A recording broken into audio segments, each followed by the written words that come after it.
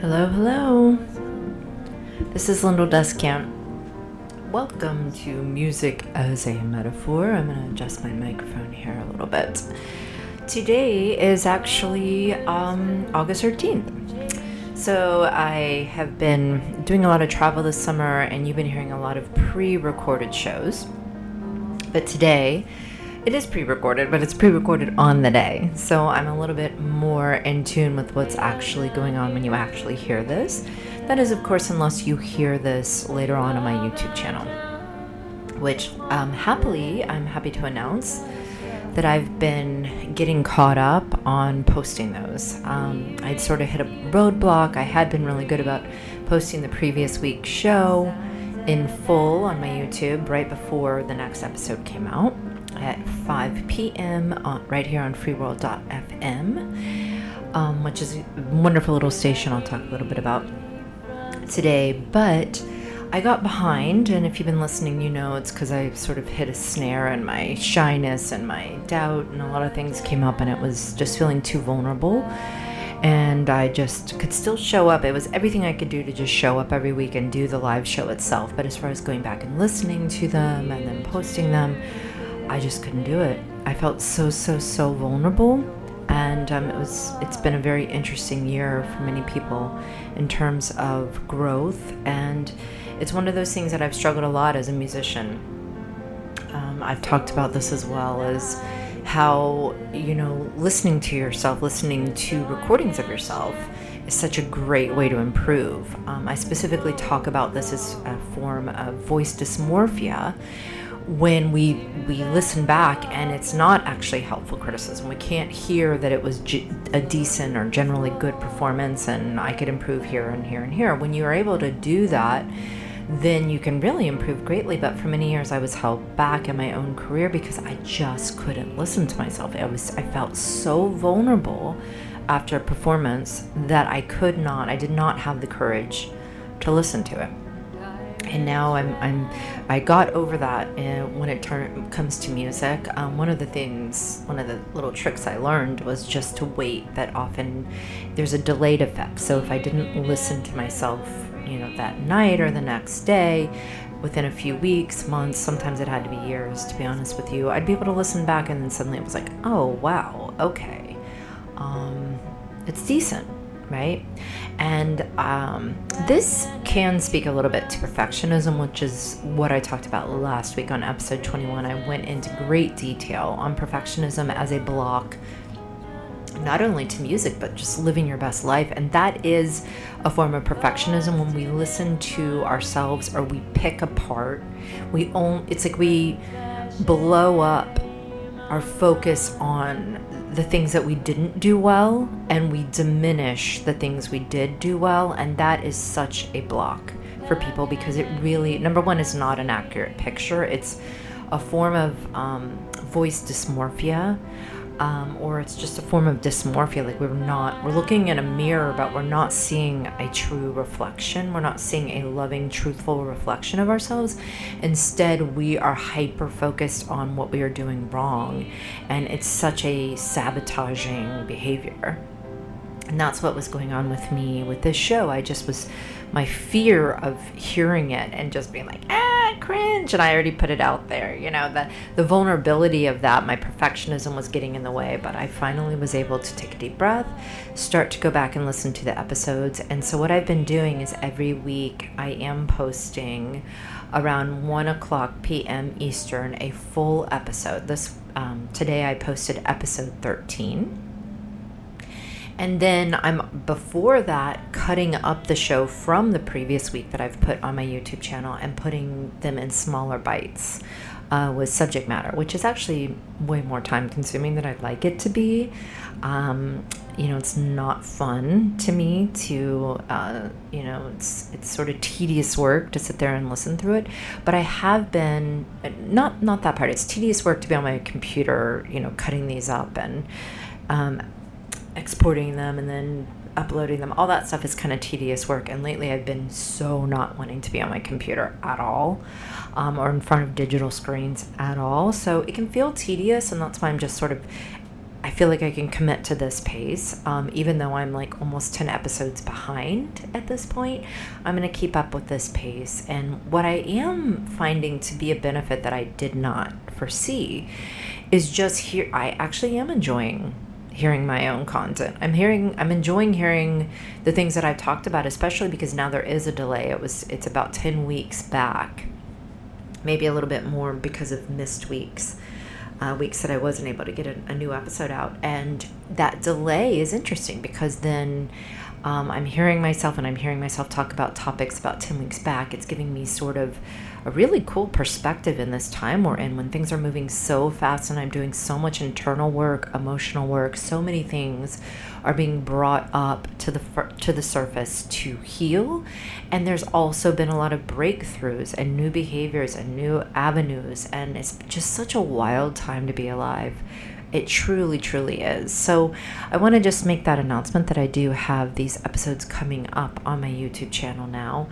And most likely, if you're hearing this on that, then just know that you can always go back and hear my catalog. And by the end of the year, I should have all of the episodes up from my 2024. And so, yeah, that's one of the projects that I've been getting going here in the middle of a rather crazy summer of a lot of travel, a lot of activity, which has been very, very joyful for the most part. But in some ways, it's been a little bit distracting. And this week I've been sitting more with a lot of things that have been coming to the surface, a lot of changes, a lot of in the background, a lot of things that have been affecting me, a lot of things I've been working on. So that's what we're going to talk about today. We're going to table the topic of perfectionism, which we talked about last week, but I could literally talk about it like all the time. I mean, it's such a big topic to discuss, perfectionism. We're going to table that, and we're going to go back, and I'm finding there to be a certain level of synchronicity about when I'm listening to like episode 13 and how that applies to me today. I also was listening to clips of episode 12, and so we're going to delve in some of the, we're going to explore some of those topics a bit further. We're going to sort of hodgepodge a little bit today, jump around a little bit, and talk about some of the most current things that are happening as I sort of settle into some longer discussions that we'll have coming up here on upcoming episodes. But one of the big things that I've come full circle on, one of the themes that's been happening a lot is the idea of authority. I would say it was right about this time last summer that I had an experience where I was in, I would call it one of these mega churches, where I've had, my own judgments about these mega churches and whether or not they're really a reflection of Christ in this world, Christ's church, or if they're more just businesses. And this was one of those wonderful moments where I was completely humbled and proven wrong, because due to a work situation, I was there at this church and I happened to hear a sermon, and that sermon has absolutely changed my life. And here it is a year later, and it's the seeds from that sermon are still reverberating in my life, and it really, really helped me in the shift that I needed to make this last year in so many different areas. And that is about authority, owning your authority. It's a very interesting topic because for somebody like me who, has come from being incredibly shy, an empath, sort of likes to take the back seat, sort of doesn't want to be too much in the spotlight, owning my authority has been a difficult thing. It's I don't know. I see it happening for a lot of people. And in many cases, it makes sense because I am a very flawed person. And that's a lot of what's been coming up as well, is, these ways in which my perceptions of the world have been very, very skewed. And let's be honest, I think for most of us, that's the case. It is the world we live in. It's designed to be skewed. There's so much propaganda, misinformation. There's so much gaslighting. There's so many mainstream ideas that are just absolutely not true that we all buy into. And so, it's been a very long process to try to sort through all that. And you think you're at the top of the mountain, and then you realize that was just a foothill, and you got another mountain to climb. And so this last year, I have been very aware of my own limitations. So how do you step into your authority when you feel like such a flawed human being, right? And I want to speak now, there's different ways you can think about it. And in this particular sermon, it was a lot about stepping into your identity in Christ, your authority coming through your submission to him, which is a very hard concept for people to grasp if they don't have a personal relationship with Jesus. That seems very authoritative and very dumb, very passive. And that is true in a way. And this is something that I struggled with a lot, actually, with religion in general, Christianity in particular. And even in a book that really was the book that helped me to forge a relationship with Jesus, because for so many years I just was unwilling, like many people today. I was so turned off by Christianity, by what I'd seen at church, by the idea of forcing this down people's throats, by colonialism, all the things that have happened in the last 2,000 years, the Inquisitions, all this stuff, in the name of Jesus, that I didn't even want to consider it. But a certain book, it's called A Course in Miracles, and I'm not advocating it, and I'm not denigrating it either. But for me, all I'm speaking is that personally for me, that was the book that helped me to forge a personal relationship with him.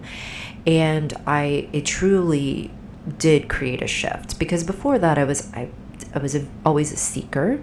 I was studying a lot of different ancient texts, almost anything but Christianity, because I'd really rejected that by the time I was looking into these things as a young adult.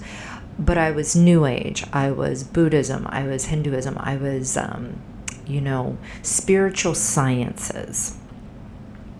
That's how I would put it. I was studying the consciousness. I was studying the what would you call it? The I just blanked out. I want to say the Matrix. Right? The word that keeps coming to mind is Matrix. So maybe I'll just say the Matrix, but really, what I'm trying to say is subatomic particles. I can't believe I've forgotten what that's even called, but the study since the last 100 years in physics, basically, and that cross in from metaphysics into physics, because when you really, really study physics and you have an open mind, you can see very easily how metaphysics, there's a bridge there between the two, and it's really about trying to understand the world we live in.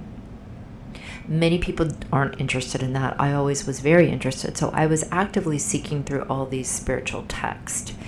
And when I came across the Course in Miracles, it shifted me, because even though I was gaining knowledge, I wasn't necessarily gaining experience. And even more so, my own personal life, I was not able to change I didn't have the power to transform my own life. I was stuck in a lot of toxic behavior. I was making a lot of very unwise decisions, but it takes time. It took me time. I was so arrogant. I thought I had all the answers, and you know how youth can be, or at least this is how it was for me. I totally thought I had the answers. So sometimes it would take years to realize that something I was doing was not producing fruit, as they would say. I was continuing to pick these toxic relationships. I was continuing to make bad decisions that weren't panning out for me. I was continuing to feel very lost. In the early days, I also, struggled a lot with depression and a sense of meaningless in life. And so when I read Course in Miracles, it forged a relationship with Jesus, and that was the beginning of actually seeing change in my life, actually feeling like I was healing things and moving past wounds. A lot of it came down to the forgiveness work that the book advocates for, which I strongly advocate for as well. And I talk a little bit about that in a video I've released, In the Arms of the Angels, because a lot of times, we can just traditional psychology, traditional self-help, you can just end up spinning your wheels on this stuff for years and not really realize that you're not making any progress. But when you do this really deep forgiveness work, which for me was combined with like Jungian shadow work that I was already doing, I was willing to look at the emotions. I was willing to feel, to heal. The problem was before Jesus, I wasn't able to transcend it.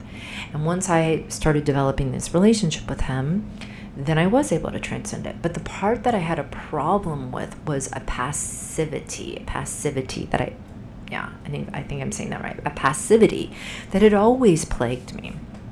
Right, as I mentioned, I was never one to want to step up and be the leader of things or tell people what to do. I had a hard enough time telling myself what to do, and many times I would just default into following and not making waves, and then getting into codependent behaviors where you're just thinking so much about the people around you that you're really not even remotely in tune with who you are and what you want. And so as I was doing all this work in my 20s to become aware of that in a beautiful moment was coupled with Jesus's ability to take those things from me. But in that book, it strongly advocated, or at least the way I read it, that this world is an illusion, so it really doesn't matter what you do here. And in a certain sense, that is true. But in another sense, it always bothered me because I had heard these stories about how, there's people who say that the entire story of Jesus was made up so that the Romans could get the other guys to just be passive, like to do nothing about the government, to do nothing about injustices, because you just keep thinking like, turn the other cheek. And that's what it's interesting because I came across it with this book I just bought recently called Speaking with Authority. It's Catherine of Siena and the Voices of Women Today, because I do struggle with, when to use my voice, when not to, when to speak up, when to stay quiet. This is a discernment I've spoken of on this show that I'm really facing by showing up here and talking, because I've been very uncomfortable to share my ideas and to use my voice. I've come across so much resistance, so much slack from that, so many times being misunderstood, or, I've been watching A Few Good Men, which is a really good movie if you haven't seen it. And if you have seen it, honestly, I feel like you can watch it over and over again.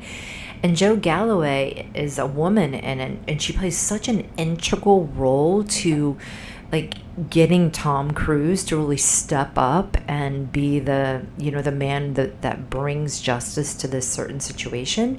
But she is so denigrated. She's so, it's horrible to see sometimes, like the way that a woman can be treated and as just being frivolous and trivial, and her voice just not really counting.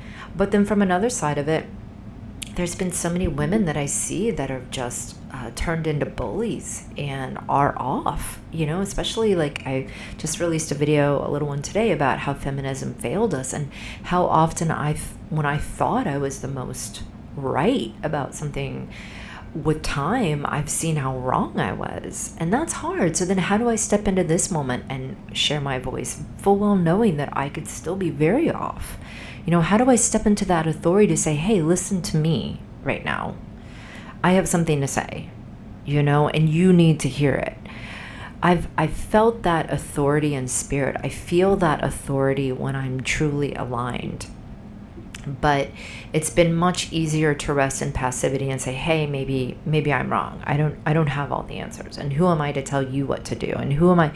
So that idea of authority has been very hard. And this book about Catherine of Siena, she was a woman who lived, I believe, in the 1300s, 1400s, in Italy. And it was a very difficult time period because like the plague was there and the church was split, and in her lifetime, she never saw really, there was war. There was like 100-year war. It's been a time period that I've studied a lot because I was writing a book a long time ago about it that I didn't finish. And it's funny because that book has come to mind on a couple of things today that I'll circle back to in regards to angels. And, like I mentioned, I released a song about angels last week, and angels is a topic I want to discuss today. But she was a very faithful woman, and she was unusual because she didn't, and I know women like this. they don't hesitate. They just speak their mind. They just speak their mind, and they can be wrong, but it's not, you course correct when you're wrong. And many women, how do you speak from a place of authority where through a discernment that you are sharing something that needs to be shared, and not that you're just adding to the confusion of the situation? And Catherine of Siena was very unusual because the popes listened to her. Many, many men listened to her at that time period when women, there is an idea in the church that women are not meant to be spiritual leaders and that we're not meant to contribute.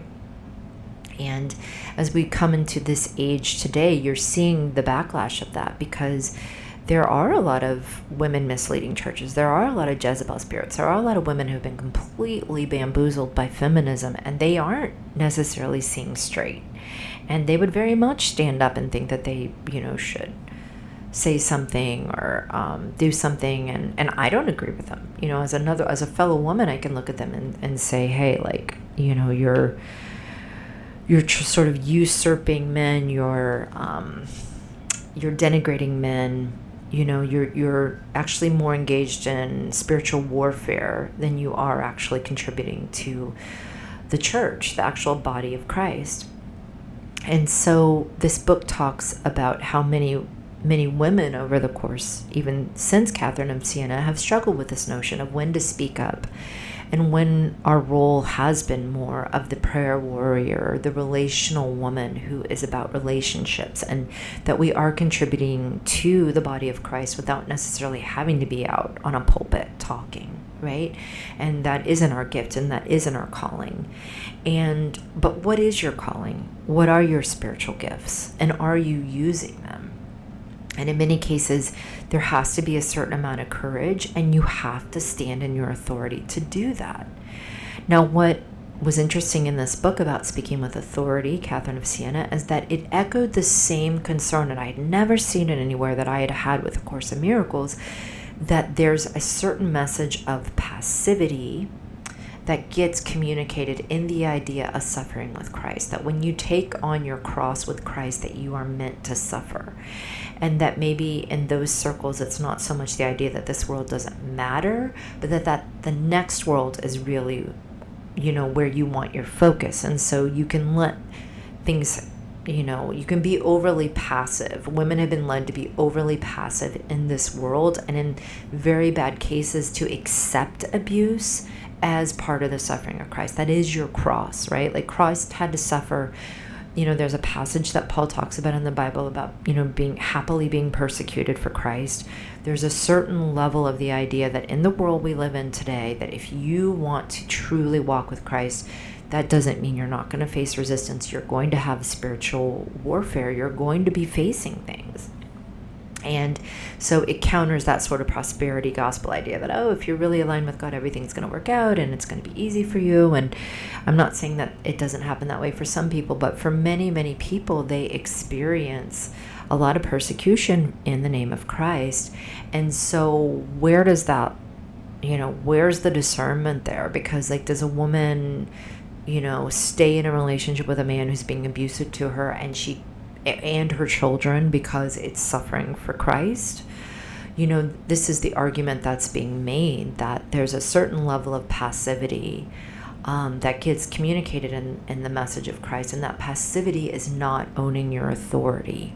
Okay, so I've also full circle finished a book this week as well called Own Your Authority. This is a very secular book, but it's about following your instincts, radiating confidence, and communicate as a leader that people trust.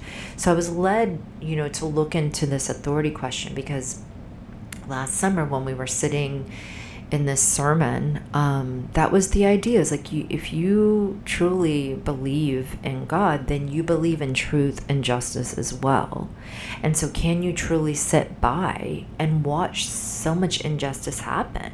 What is your role to play? Do you just divert your eyes and pretend like things aren't happening? And how much does that actually implicate you and make you part of it? And how much is that coming from you not recognizing that if you own your authority, if you stand up and, and say, like, I'm a child of God. Yes, I've been a sinner, but I am turning that corner. I truly have accepted this idea of repenting and becoming, the best eschatological version of myself. I truly, you could think of it from a human evolution standpoint, from a spiritual science standpoint. I'm owning my creative power, because when you study the physics and you study the spiritual sciences, there is something there to using your mind and your thoughts to create your reality, as opposed to being a victim of all the trauma and the fear and basically the human condition of living in the world we're in, which, I've spoken many, many times, like, lowers your frequency and creates a lot of, victim mentality.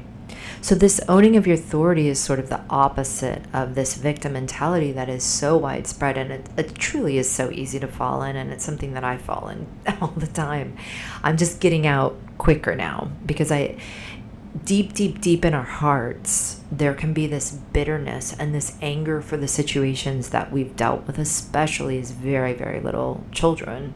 Before we had even the capacity to verbalize or put things into words, we were experiencing things, many of us very traumatic things, or, a lack of love, a lack of wisdom from our parents. We've been sort of passed. There's many bad traditions that are passed down through family heritage, and forms of abuse and neglect, or shutting us down, or turning us into compliant people, taking away our uniqueness, stripping us of this authority and this creative power to be a unique soul in this world. And so owning your authority is about that, about recognizing actually you do have a right to be that in this world. You absolutely do. And it doesn't matter what's happened to you, you have the authority to heal yourself. You have the authority to let go of the bitterness in the past and to step out of a victim scenario. Because the worst part about being a victim is you're powerless. And so you're not going to be able to make changes in your life. You're not going to be able to help anyone else. It's a very hopeless existence when you're stuck in a victim mentality. And it doesn't mean you don't have a reason to. That's where people get stuck there. They have a reason to be angry. It's not that. It's that through the power of owning your authority and beginning the work of forgiving things and letting things go in your own life, then you are able to step out of the powerlessness and step into a place of power. And you are able to be a force of good in this world, which is what I know so many people want. So many people want to be a force of love in this world. It's just that it ends up being much harder than people think. And, there's a humility that's involved with this authority that's so interesting. There's so many things in this world that are about a paradox. So stepping into your authority is a lot about a paradox of realizing the humility of your situation. And through that humility, you actually do align with the power of this universe, which is love, real love. And once you're aligned with that, well, now you're actually powerful. Okay, the rest of it is sort of like moving furniture on the Titanic when it's sinking. So I come to this full circle to talk about this because when you decide to own your authority, when you decide to get out and play music, when you decide to even play music in your own home, the more that you are able to align with this authority, the more that your music is going to be coming from an empowered place, and the more that your music will be able to, bring positive, loving vibes to everything around you. And it's something I've struggled with a lot because I was, on the outside, I was doing a lot of work to put myself in scenarios. And in many cases, the confidence, or, you show up at a jazz jam and they call your name and you just got to do it, right? But all of the stuff that would come up that was related to that would make it so painful and so difficult. And in many cases, it would undermine my performance. It was like you could see it. That was why it would be so hard to watch performances at times, So I could see that same old shyness or that inhibition or that desire to just be at home where nobody could see me, I didn't really, I was felt obedient. I felt like I was doing it because the Lord was calling me to do this, but I didn't really understand more than that. Excuse me, I'm having some messages coming through. Hang on.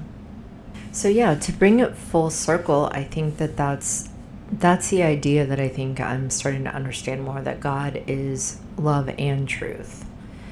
And that speaking your truth is very, very important. I heard something today about this woman had a near-death experience, and she was just, speaking about how people get sick. She had all these insights as a doctor, and all this work she had done since then, and her insight was that people get sick for a variety of reasons, but one that people discount is when they don't express their emotions in a healthy way, that those emotions actually back up on them. So this is something that I talk a lot about, the value and the importance of expressing your emotions, the idea of feel to heal, the idea of, she even said it this way, of feeling heard, how much people actually feel heard. And it was interesting. She had all these studies about how they could tell who was going to have like a benign versus a malignant diagnosis based on these questions they would take ahead of time, and how much somebody was, expressing themselves versus somebody who was playing the role that I did for many, many years, which was holding back, feeling like people don't want to hear from you, not standing in your authority, that you count. You are a child of God just as much as anyone else. And so you have a right to share your opinion, even if nobody wants to hear it, even if nobody agrees with you, right? This is also the notion of how our school system has failed us, which I also just put up from episode 12. Which, side note, episode 12 is a really interesting, jam-packed episode that takes a lot of my insights from being a music educator, being somebody who thinks a lot about how music holistically really makes a big difference in our lives, and gets really into some interesting ideas about it, or interesting insights that I've had that can really help not only parents that are interested in, lessons for their children, but also adults that need to be motivated to pick up an instrument themselves, because this is part of it. This is healthy expression, okay? Picking up an instrument is such healthy expression of your emotions. It's probably one of the best. Other creative activities as well, okay? Being creative in general aligns you with this life force in you, this creative life force. Women creating life, men and women create life. That is creation. So many religions talk about us being co-creators with God, and that's really what we're talking about here. We're talking not only about, getting in tune with your creative power as a being, as a child of God, but then actively trying to align that with God, which would mean that it's aligned with the one and the unity of everybody, okay? We have people who understand the spiritual sciences very well, but many times they're not aligned with God. They're very much trying to do their own thing. They're trying to usurp God. They're trying to make their own thing. And the problem with that is it's like a cancer cell. It's not connected with everything else in the body, so it's going to be detrimental to the body. And you see this with a lot of people that have that service to self idea. They might think they're being really smart about things, but in reality they're not being smart, because ultimately we are all one. And when you're doing things that are not, golden rule, they're not good for your neighbor, they're not actually truly loving, they're actually really selfishly motivated, no matter how much it might be masked or it might be deceptive, ultimately the truth is the truth. And it will come back to you. Whatever you are giving out to people will come back to you. This is part of some of these creative laws. And so when you're doing music, you are able to not only express yourself and your emotions in creative, healthy ways, but you're learning to, I would call it a faucet. You're allowing this divine creative force to come through you, and you're every day learning a little bit how to align that with God in your truest intentions, and how to share that in a way so that this world is, aligning back to God's kingdom, right? This fallen world, you're doing what you can to transform your little piece of the one, as I say in a song. I think that was a song I wrote a very long time ago. Little piece of the one, do do do do do do do do. I forgot which song that was of mine, but it was something I wrote a long time ago. It was an intention of mine to use this life for the greater good in whatever way I could do that. But understanding that when you do that, you can't, so tricky. You do have to stand in your authority, and you have to understand your uniqueness. You have to own the gifts that God has given you, and then you have to develop and use them. And all of that takes a little gumption, okay? Like if you're too passive, if you're too much, wanting to just stay in the shadows and let other people do it, or if you're getting too much like God will solve all the problems for me and I'm just going to sit back over here and pray. I mean, actually, the truth is that I think praying does way more than we realize. So let me take that out. But there's a certain level where you have to be discerning between when to be in rest and when to be taking action. And see, this is very interesting, because earlier this year I was dealing with a lot of the notion of being so active, taking so many actions, doing so many things that it's a distraction from really hearing God's voice in your life, or really hearing your intuition about how to really walk in alignment with truth. You're so busy, and a lot of people, that's a tactic in this world. A lot of people just, and I'm one of them, it's just busy. You have these endless list of things that you're doing, and you're not really checking in and saying, hey, what's the best thing for me to do? You're not really even present with your moment. You're so up in your own head, in your own list, and you're so intellectual about everything that you're trying to do all these things, and it's not bearing fruit. Years pass and you're not bearing fruit, but you're staying very, very busy. And in many cases, you're not present with the people in your life. You're not actually present in situations. And so you might think you're doing, this is a lot of these martyr women. You might think you're really helping everybody out, but it's coming from codependent behavior, and it's not actually the highest good for the people around you. Okay, so that's one extreme of this, and you're not resting, because what happens is you get so busy, you get so many lists, you can just go years and years and years. And in New York in particular, oh my gosh, it's a treadmill that you could stay on forever. There's always more to do. But then you can go the other extreme too, and you're not doing anything, right? You're sitting around waiting for inspiration, or you're just watching movies, or you're just playing video games. And many people are getting into this mode, and I would argue many of these people are not that concerned about it being aligned with God or aligned with truth. Maybe they do want to do something in this world, but they're have been so traumatized that it's really just about survival, and it's maybe they don't really have any, they're atheist or agnostic or vaguely new age or different things. And so that's the passivity is the other side to it, that you're really not in the proper rhythm. And this is what I've seen over and over again in music lessons. There's a proper rhythm between work and rest, because it's really crazy. You can work, and the progress doesn't come. But then sometimes you go away for a month and you step away, and then you come back, and suddenly you can just miraculously do something. I call it quantum leaps. Suddenly that's easy, and you're ready to move on to the next thing, right? So there's, in nature and in life, there is something very important about that proper balance between action and resting. And I would say the same thing is true between prayer and then when you're actually getting intuitive guidance to take steps or do something. Now, one of the things, this leads us into intuition. Okay, because on episode 12, and no, I think it was 13. I talk a lot about intuition as a driving force in your life, but I've been having a lot of my past come back to me, right? This whole year in particular. But it's really crazy because, you'll hear this idea that your past comes back and it's haunting you in a way. And the work would be feel to heal. Like you see it, you feel it, you acknowledge it, but then you don't relive it. You don't get obsessed with it.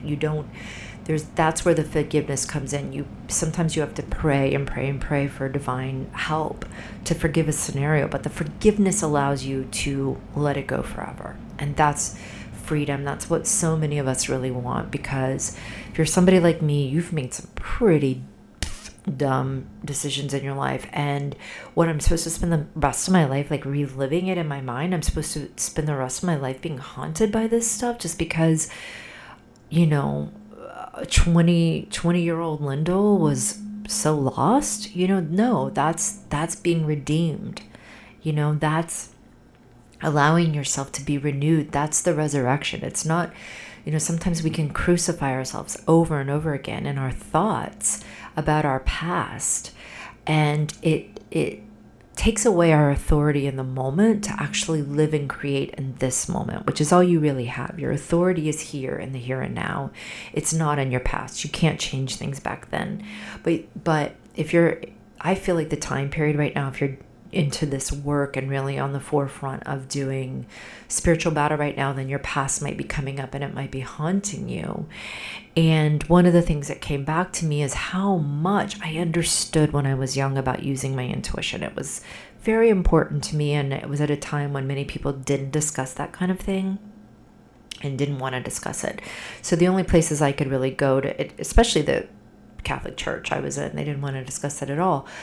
But what I did find, it was in New Age and self-help. They would talk a lot about, just using your intuition. Well, there was also some deception that came in, self-deception. And in one thing in particular, I had a couple of out-of-body experiences that, I've spoken on some of my podcasts about astral voyaging. And that was something I got into because of these spontaneous experiences I had early on when I didn't know anything about out of body, but I was, had 2 out of body experiences. And when I came back into my body, I had visions and I vaguely understood them.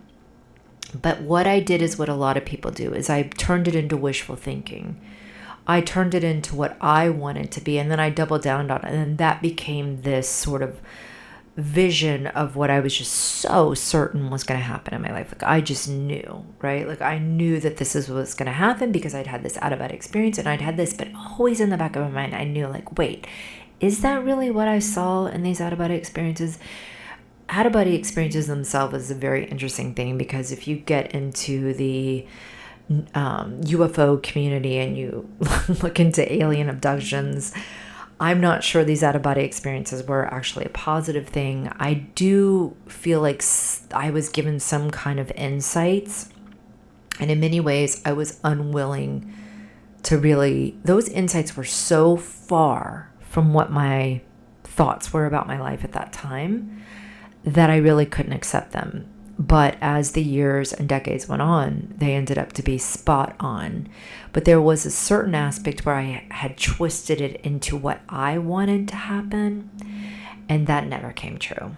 And unfortunately, that was what I doubled down on. I just, as an immature young woman, this is where your ego can come in and override and take over any spiritual process. The ego is so tricky, okay? And it wants to stay alive at all costs. And it will not be able to stay alive if you completely align with Christ. Because I'm going to use the ego as the term of like this persona that's come about because of this fallen world we're in. It's the illusionary part of ourselves. It's not really the true part of ourselves. It's the part of ourselves that's been traumatized. And in many ways, it's a personality that gets reinforced by this world. So you can be very, very, very successful with this ego. This ego can get a lot of accolades in this world. But when you're really trying to step into your authenticity and who you truly are, that ego gets diminished, because it's very humbling and very there's a lot of humility that gets involved when you realize that you're just one little tiny drop in an ocean, and that ocean is so loving and so kind. It's so beyond what you can imagine. So your authority, owning your authority as your ego is one thing. Owning your authority as a child of God is an entirely different thing. And so, yeah, I kind of lost my train of thought there on that. So the intuition, that's what it is. The intuition got co-opted by the ego. And even though I was working a lot on intuition and trying to follow my own intuition, because I felt like following your intuition is about following the Holy Spirit. In its purest form, it's about aligning and being a vessel for love and for Christ in this world. However you want to see it, please don't let my words turn you off. Please listen more for the experience that I'm speaking of, because this is where knowledge can really get in the way. And so I knew a lot about it. The experience of following my intuition was a much harder thing to learn. Okay, and this is the trap of many of us that we've fallen in this age, is we want knowledge, but in reality, the experiences were like tiny babies, and like we really haven't given up enough control in our life. We haven't rested enough. We haven't found that right balance enough to really have the experiences of God, or the experiences of what it feels like to be fully aligned and using your intuition. I think it's a very possible thing, and some people do. Some people have studied nothing and they can do it. So the experience is very separate from knowledge. And that's where music came in for me, because in the daily practice of music is where I gained my experience. And it was in a safe zone. So I speak about on episode 12, I believe, about this new production of a song that I do. This song for this, How Can I Keep From Singing? I had done the new production and was releasing it, and wanted to talk about the process, because many times when I'm producing, there's this step-by-step thing that happens, and it feels very much that it's been a training ground for my intuition. And what's the worst case scenario? I make a song that stinks, right? It's a much safer place that I've had to work on my intuition skills and discerning between true intuition from the Holy Spirit and when that is, sort of being co-opted, when there's false voices or counterfeit. Because you better believe there's a lot of counterfeit stuff going on in this world, because, Satan, fallen forces, ego, lower entities, I would even say AI, all it can do is imitate God. It can never really replace God. I mean, that's just a fallacy. God does reign supreme. There really is only one, and he truly is loving, even if it's a mystery to us in this world. And because of that, the counterfeit, the discernment between truth and counterfeit becomes very, very important, and it's much harder than people want to think. And if you're like, oh, I've got it, no problem, no, you probably don't. The more you think, the less you really do. That's a Greg Carwell quote from one of his theme songs, and I've always loved that. The more you think you know, the less you really do. And that's that humility, right? It's the humility of it, understanding it's not about what's in your mind. It's about living it. It's about the experience of it. It's about training yourself to truly be able to follow your intuition. And this is where sometimes the authority issue comes into play, because it takes courage. Because there's many times when you're going to be asked to do something that you don't want to do, right? When you're really following your intuition, it's not going to be going with the world. It's many times going to be going against the world. And you might have loved ones that are like, what are you doing? That seems crazy, right? The spirit works in a much more spontaneous, non-linear way that will not make sense with this world. So I started in some ways trusting intuition more when it didn't make sense, right? Because then I knew it wasn't my own ego constructing it and saying, hey, here's your intuition, but in reality, it's just deception. But you can't even use that. You can't use any sort of legalism issue to say it's always this and always that. You have to just be fully present and learning this very valuable skill of trusting your intuition. And this is where I'm going to advocate, if you don't know how to do that and it seems very scary, a music practice or a creative practice is a great place to work on that, because it's a daily skill. It's something you got to work on daily. And in the course of, same thing when I'm painting a picture, you get that horror evacuate. It's a blank page. You have no idea what you're going to do. There's all these doubts that comes up. And with every single line, you could second guess yourself and be like, am I doing this? Am I that? And that's a lot of what's undermined my own intuition in my real life, is the second guessing and not being sure, really when it was a voice and when it was, they'll say sometimes like the first thing that comes to you is the thing to do. And I do think that that is true, but sometimes it's hard to capture that. And then even more so, it's very easy to talk yourself out of that, because it's many times not going to be an easy thing to do. Many times it's going to take courage. Many times it's going to take you standing into your authority as a child of God and saying, this might offend somebody, or this is unconventional, or, like last night, I had to stand up in front of a whole room of people and sing to them in a way where it was like, not like Marla from A League of Their Own, where I'm kind of looking like, oh, it's almost like sometimes I would just want to apologize. Like, I don't deserve to be up here. Like, and I don't. And I'm no better than anybody in that room. I don't deserve to be on that microphone for anything I've done. But I was being called, and I needed to step into that authority, and I needed to recognize, like, there's something that's coming through here today, and I'm not going to let my fear or my insecurities stop that. And so, yeah, I'm going to command your attention. I'm going to stand here in confidence. I'm going to look you in the eye, because I deserve to be up. Maybe I don't deserve to be up there any more than anybody in that audience, but I don't deserve less. That's the point. And if we each listen to our intuition, then there will be moments that we are called to be leaders. And there's other times that we are called to be, followers, supporters. There are times when we are going to be called to be prayer warriors. And there are times when we are going to be called to action. And this is the honest to goodness truth. That is the authority that you have to stand in, is that you are capable of this. And you believe in yourself that you are capable of this discernment of understanding the difference. And that, yeah, you might make some mistakes. I mean, we all do, but God will use those mistakes. So just keep doing it. Just keep walking the path, and don't second guess yourself. Don't worry about it. Just be on to the next thing, the next moment. Be present in the next moment. Maybe the next moment you're praying again. Maybe the next moment this comes across and you're asking, what is this for? Maybe the very next moment you've been moved into action without even thinking. And then you have to wonder, wait, was it a reaction? Sometimes those compulsive behaviors are reactions. And then sometimes they're just the Holy Spirit and being completely aligned. And this is all the discernment that you have to use for yourself. You have to be the authority in your life.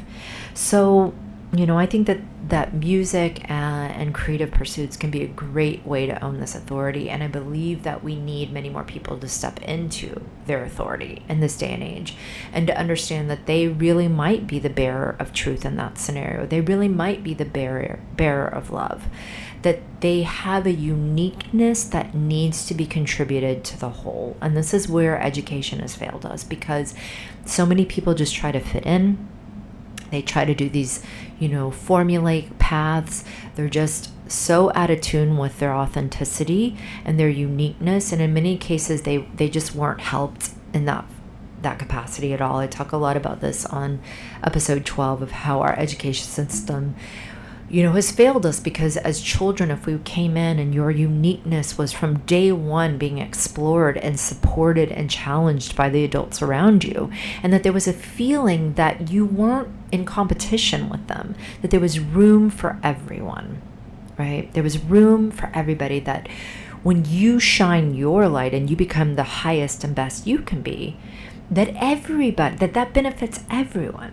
Where so often, many of us have experienced the opposite, that when our light was coming online, that many people around us attacked us for it, and we were bullied for it, especially if you were exploring your uniqueness. If you were taking the path less traveled, man, you better expect to be ridiculed and bullied and alone. I mean, there's a lot of very negative things that have happened to people when they go that direction, and this is where being able to step up and, I'll just say it again, own your authority helps, right? Because so many people are being attacked with doubt and low self-esteem and insecurity. And, once again, it's not that it's not warranted. Maybe they've made a lot of really bad mistakes.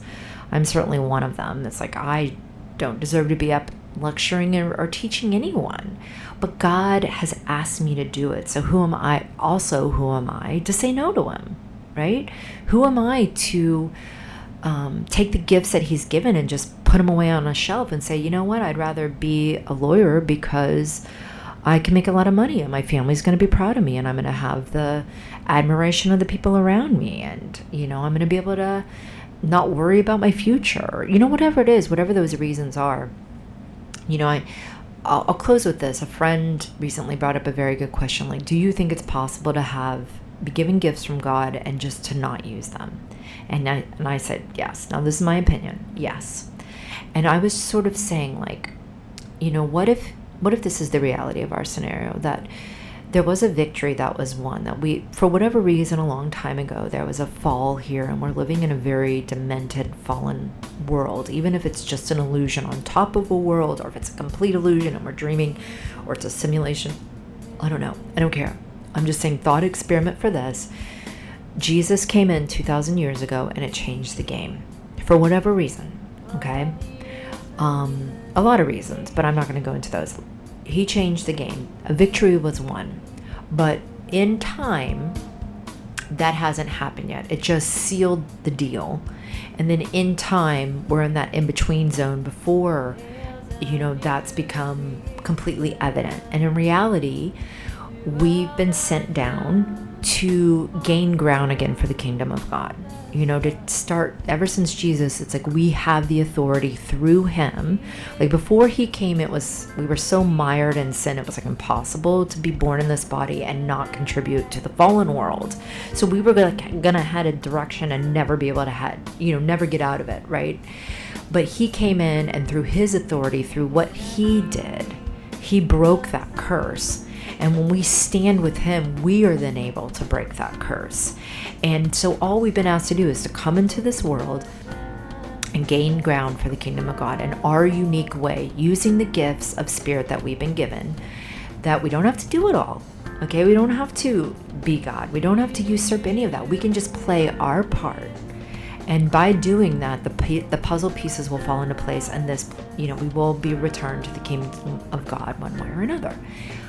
But what happens is so many people come in and then they get this amnesia, and then they get this pressure, and then they just get these traumas, and the spiritual warfare, so much comes against you through the music school, the education system, through your family, through society, through movies, through everything, to abandon that, to abandon those gifts. It's too scary. It's too much. You'd have to go too much on your own and just too much walk with only Jesus as your companion, right?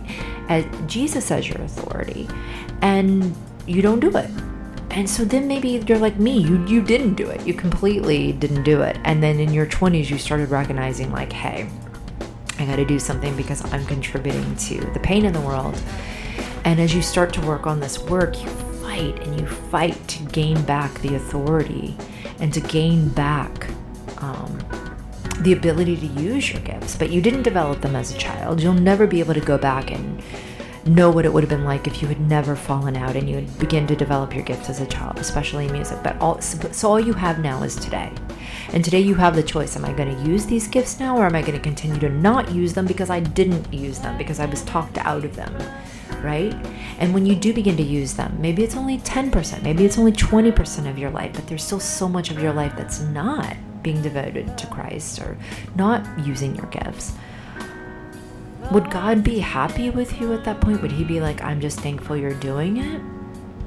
Or would he be looking at you saying you're like all these, fallen people?